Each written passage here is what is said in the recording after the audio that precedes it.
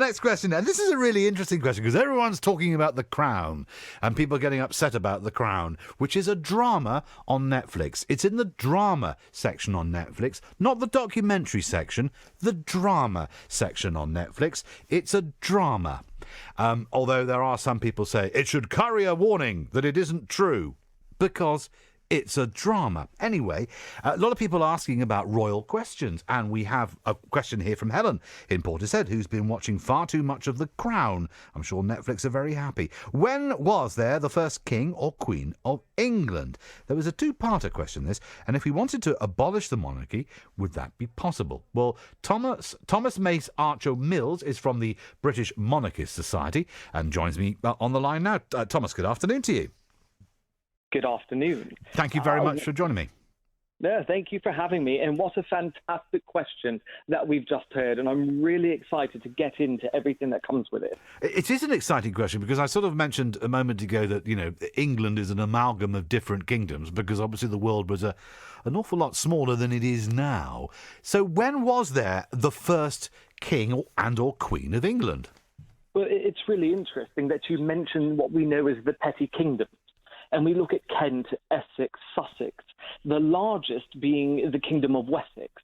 So when we ask what the very first or whom the very first King of England was, it would be Athelstan is who it would actually be. But his father before him, Egbert, was the first monarch to establish a stable and extensive rule over all of Anglo-Saxon England.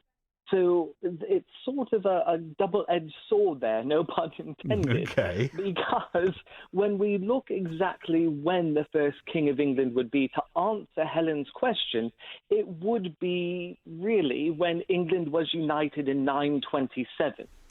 So that was 927, yes, by Athelstan. Okay, so how did Athelstan do it? Was it sort of Game of Thrones-esque, where he went round lopping off everybody else's head until he was the last man standing, or was it by, negotiation over beer and sandwiches? Well, yeah, it was a lot more than beer and sandwiches, I'll tell you that much. So, you can look at Game of Thrones style, but things were very different in the south than they were in the north, because we also have to take into account the petty kingdom of medieval Scotland. So it was alliances, one. It was forced alliance, two, for a better word of violence.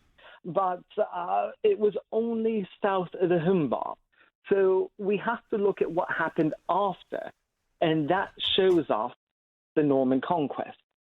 So when we look at William the Conqueror, that's when he made all these manorial lords to concentrate his power throughout the whole island of Great Britain. So, and that's when we look at our royal family now. We start at 1066 forward. But our royal family has roots all the way back into the triple digits there.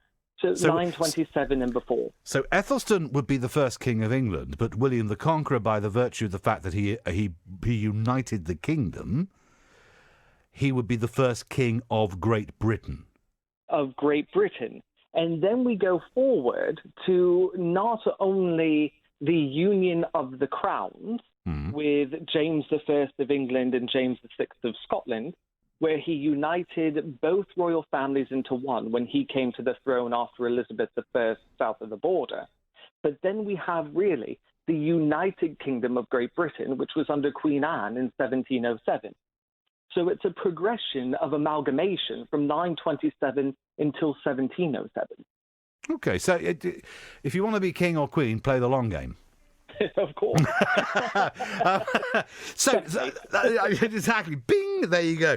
Now, as I mentioned, I keep saying to people who get quite exercised about The Crown, it's a drama. It's in the drama section. If it was true, it would be in the documentary section. And what a backdrop it is to form a drama. And of course, there are obviously elements of truth within that. But firstly, very briefly, your view on the Crown, Thomas Mace-Archer-Mills, because obviously, founder and director of the Monarchist Society, is it doing any harm or any good?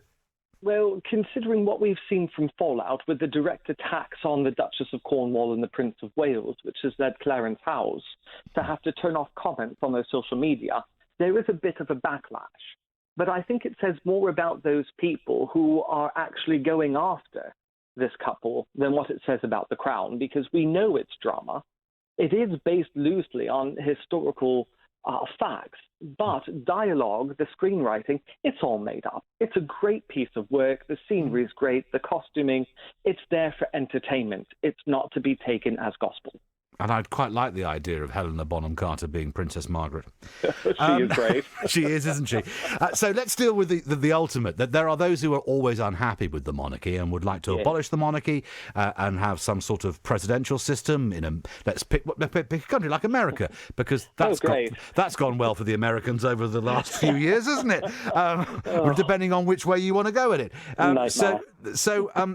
Bearing in mind that that any bill has to have assent from His or Her Majesty the King or Queen, could the monarchy actually be abolished? I mean, the monarchy would be abolishing itself, wouldn't it? Of course it would. And a lot of people don't know that Her Majesty has already set aside several discussions that would lead to a bill that would say, okay, we're limiting more Crown power. So there are several things that could have come to the floor that didn't, because the sovereign saw that as an act against the Crown. So in sense, she has vetoed things before it's even become a piece of legislation or a topic to make legislation. So when we look at the abolishment of the British institution of the Crown, it's not as simple as having a referendum, because the Crown, albeit intangible, there is a tangible face and a person for that, which is the Queen. So the Crown Estate, as we know, gives over £370 million to the Treasury. And this is where people get confused, because they think taxpayer-generated revenue pays for the royal family, when in fact a payment from the Crown Estate has gone into the Treasury to offset those expenses. So to abolish the monarchy, when we look at the Crown or the British institution of the monarchy as a British company, Brand Finance Journal has valued Brand Windsor worth £65 billion a year to the British economy. That's a lot. So we look at all of that. So if we were to say no more monarchy, we're taking away one of our biggest financial assets worth £65 billion. Then we look at the Crown Estate itself, and Republicans love this, because they would say, oh, well, the Crown is the state and the people are the state, and therefore we would just assume the profits of the Crown Estate. Well, in a perfect world, they would love that, but it's not as straightforward, because the Crown Estate belongs to the Crown, not the people. So the public face of the Crown is the Queen, so she's the proprietor, not the owner. So when we look at the Crown Estate, which its property portfolio is worth $14.9 billion on its own, we're not talking about all the natural resources, commercial enterprising, mineral rights, wind farms, energy, this 3 miles worth of seabed all around the United Kingdom. This is an extensive ownership of a portfolio that does in sense belong to the Crown, which is made up of the royal players that we are seeing within the firm. We're short of time. We're short of time now, Thomas. But I'm guessing it's a very comprehensive answer. But I'm just curious that obviously one could abolish the monarchy, but abolishing the Crown is a separate entity, isn't it? Of course it is. From what you're saying, the monarchy is only the public face of the Crown. That's it. Thomas, thank you so much. I wish we had more time, but we don't. But I have a funny feeling we'll get you back on other royal questions in the future. Happy to help. Thank you so much. Pleasure having you on. Thomas Mace-Archer-Mills. And there you go. Helen in Portishead, your question, your answer done.